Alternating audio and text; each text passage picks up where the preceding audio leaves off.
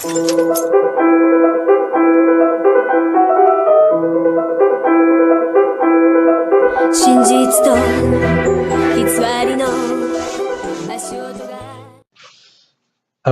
pour cet épisode 777, donc je vous dirai que vous expliquer la solution. Donc, je me suis arrêté à 12 minutes 35. Donc, peut-être que je vais attendre un petit peu après parce qu'il est possible qu'il y ait du développement au cours de la vidéo un peu plus tard. Donc, je m'arrête pour l'instant là. Et je vais vous dire ce que je pense. Voilà. Donc, Tokunaga, le chef des membres de l'équipe des vieux détectives, a mis une annonce comme quoi il recrutait des gens pour un club de détectives. Voilà, je me suis arrêté là. Et donc, je pense qu'il a fait ça parce qu'il s'ennuyait, qu'il était à la retraite, voilà, à 70 ans, il n'a pas grand-chose à faire. Donc, voilà, il les a recrutés. Je pense que son critère de recrutement, c'était la naïveté de son équipe et la crédulité. Mais bon, ça reste à confirmer. Peut-être qu'ils vont en parler après, si j'ai juste. Donc en fait, je pense que c'est lui qui a volé le vélo de la dame du début et qu'il l'a caché pour un premier crime parce qu'il avait du mal à en trouver avec ses coéquipiers, avec ses collègues. Donc ensuite, et après l'avoir caché, il l'a trouvé, il l'a rendu à la dame, en faisant passer pour un acte bien, un acte héroïque. Et mais en fait, ce qui était étrange, c'était que la dame n'avait parlé qu'à la police. Et apparemment, donc, Tokunaga, lui, en avait entendu parler par quelqu'un. Et donc, il l'a cherché.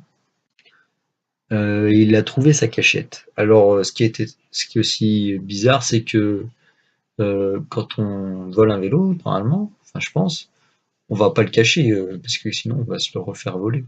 Donc, je pense que c'était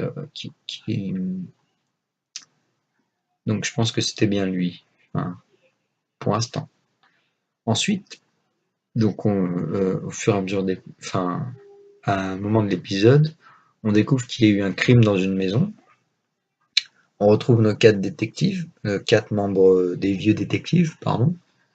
Et d'après le témoignage de Tokunaga, donc il y a eu un voyou d'abord qui l'a bousculé. Donc parce qu'il avait jeté une cigarette, parce que le voyou avait jeté une cigarette, Tokunaga lui a dit Hé, toi! Il l'a poussé. Alors le voyou l'a poussé et a couru. Oui, excusez-moi, j'ai été interrompu. Donc je disais, oui, c'était un peu excessif comme comportement même pour un voyou un peu fou, parce qu'il faut être fou pour tuer quelqu'un. Comment dire, à moins d'être paranoïaque, fais pas ça.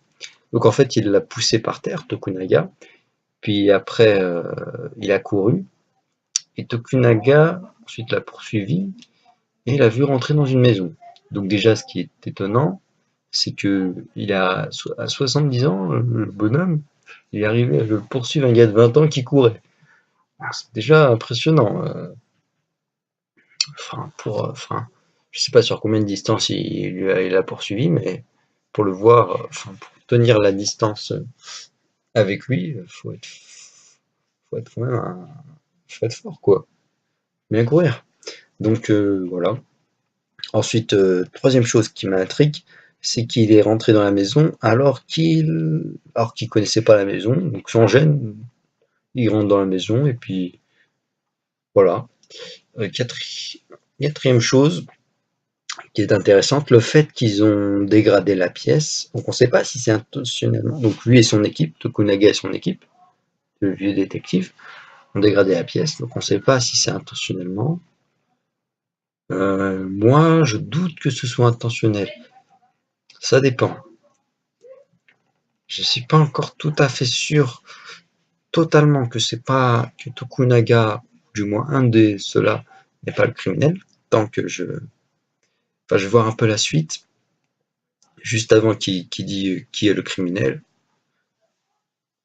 ou qui ne l'est pas d'ailleurs. Parce que oui, c'est possible aussi que ce soit un accident, et que Tokunaga a voulu maquiller cela en crime pour avoir justement, on y revient, vu que c'est une personne âgée, donc qui est à la retraite, il veut de il veut s'amuser, quoi. Il veut combler sa vie de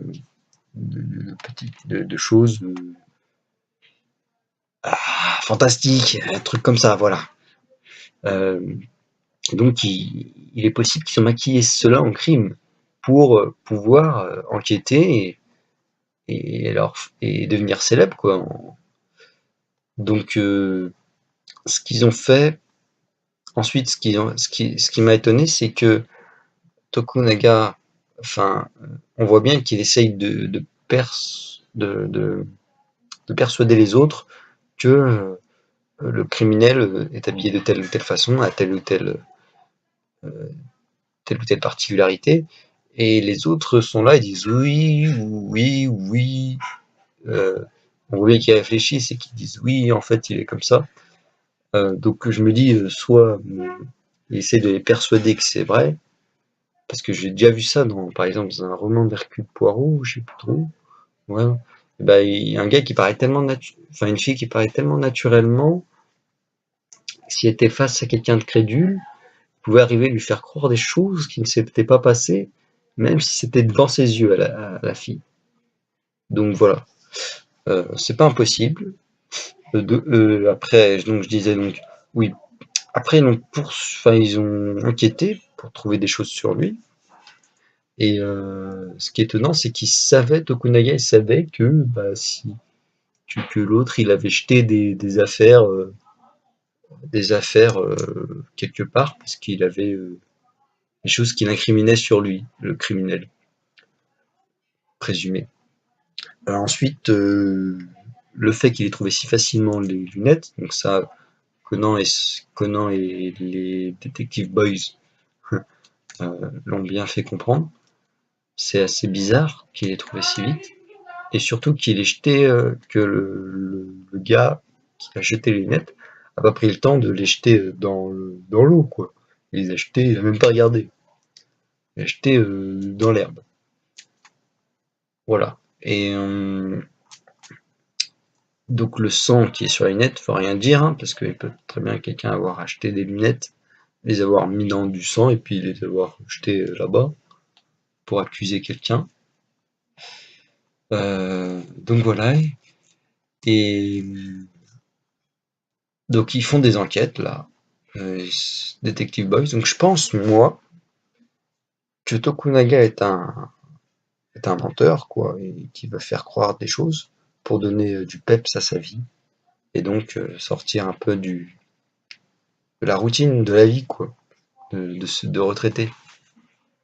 Voilà ce que je pense. Donc je vais regarder un peu la suite et je vais vous dire qui est le criminel s'il y en a un, parce que c'est possible que ce soit un accident, qu'il ait glissé, qu'il s'est cassé la tête contre une table ou contre un objet contendant, et donc après ils ont maquillé ça en crime.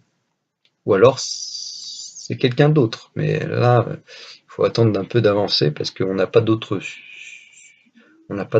coupables, enfin pas d'autres personnes que les vieux détectives.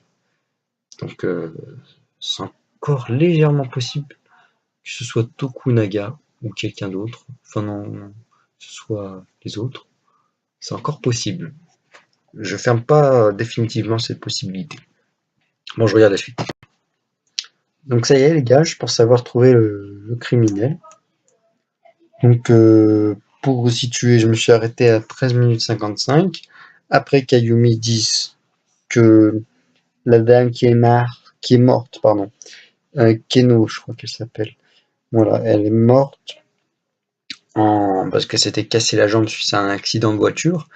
Elle avait été dans les escaliers et à cause de sa jambe cassée, bah, elle est tombée. Et donc je pense, et donc celui qui lui avait cassé la jambe avec sa voiture, c'était bah, celui qui vient de mourir. Euh, Kuroda, voilà, Kuroda Kiyonata. C'est lui qui lui a cassé la jambe avec sa voiture. Et donc on vient d'apprendre aussi que Tokunaga connaissait cette dame qui est morte. Et donc, je pense que c'est à cause de ça, c'est le mobile du crime. En fait, je pense que, comme on a vu, la dame avait, enfin, le gars, Kuroda, s'était fait pardonner par la dame. Il lui a sûrement dit un truc dans le genre qui conduirait plus aussi vite ou qui conduirait plus sa voiture, qui est la cause du fait qu'elle se soit cassé la jambe pour se faire pardonner d'elle. Et après, bah, cette dame est morte, comme on a vu dans les escaliers. Puis après, je pense que Tokunaga l'a revu en train de conduire sa voiture ou en train de conduire comme un barjot. Et du coup, il lui a dit, il voulait se venger, quoi. Il a dit, attends, mais il a pas honte de reconduire avec sa voiture alors qu'il lui a promis qu'il ne le refaisait plus ou qu'il a promis qu'il ne faisait plus de barjot avec sa voiture.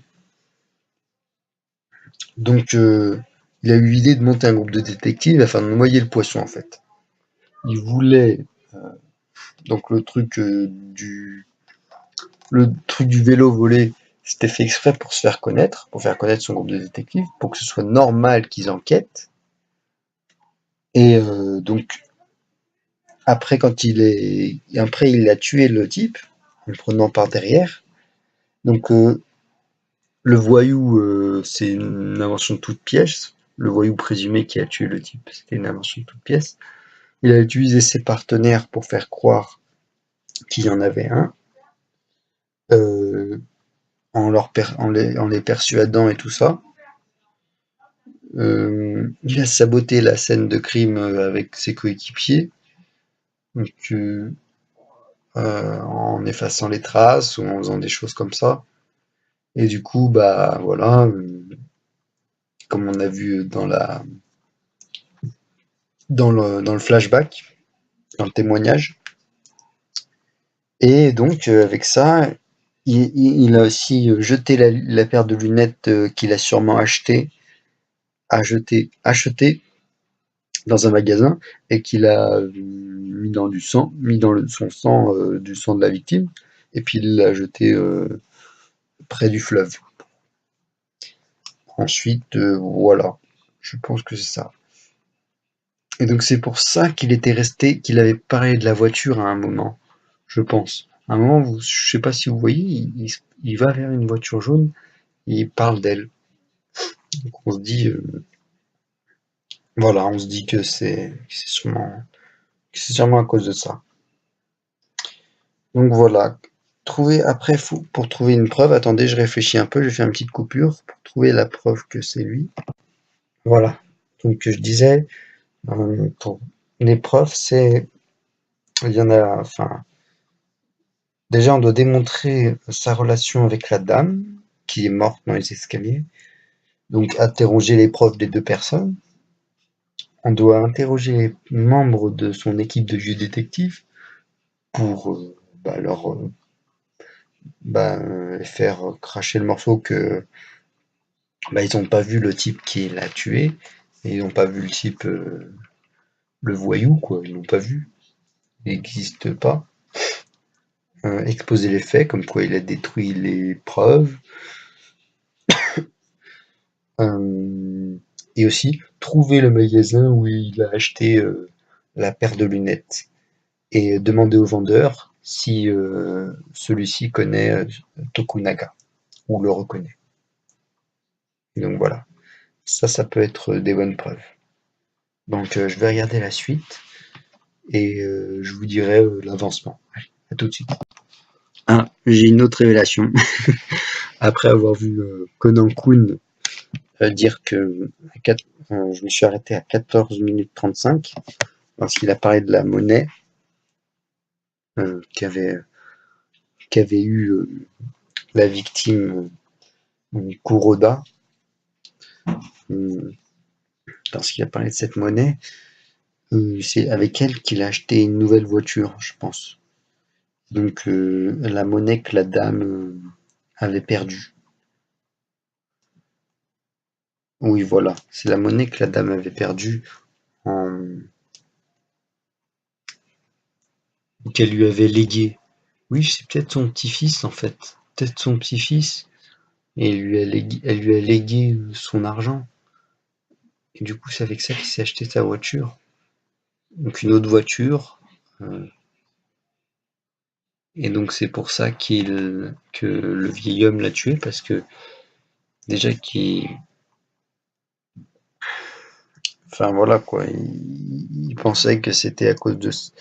Il avait fait exprès de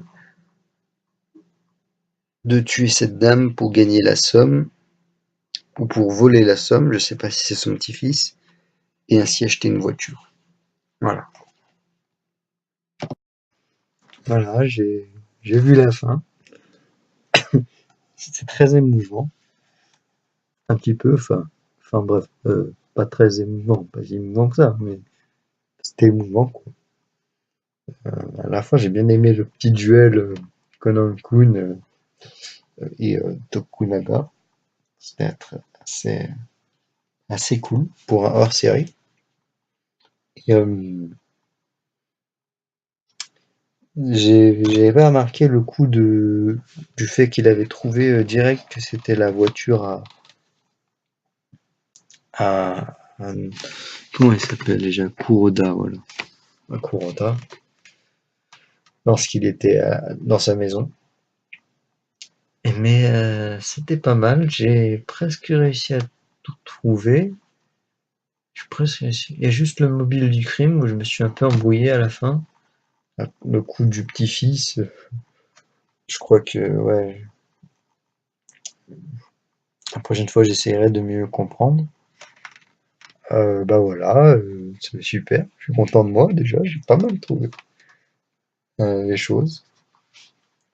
Bon, bah je vous dis à la prochaine pour l'épisode 778.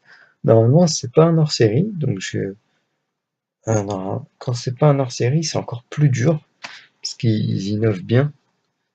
Enfin, ça dépend les hors-séries, des fois aussi c'est dur, mais bon, on verra.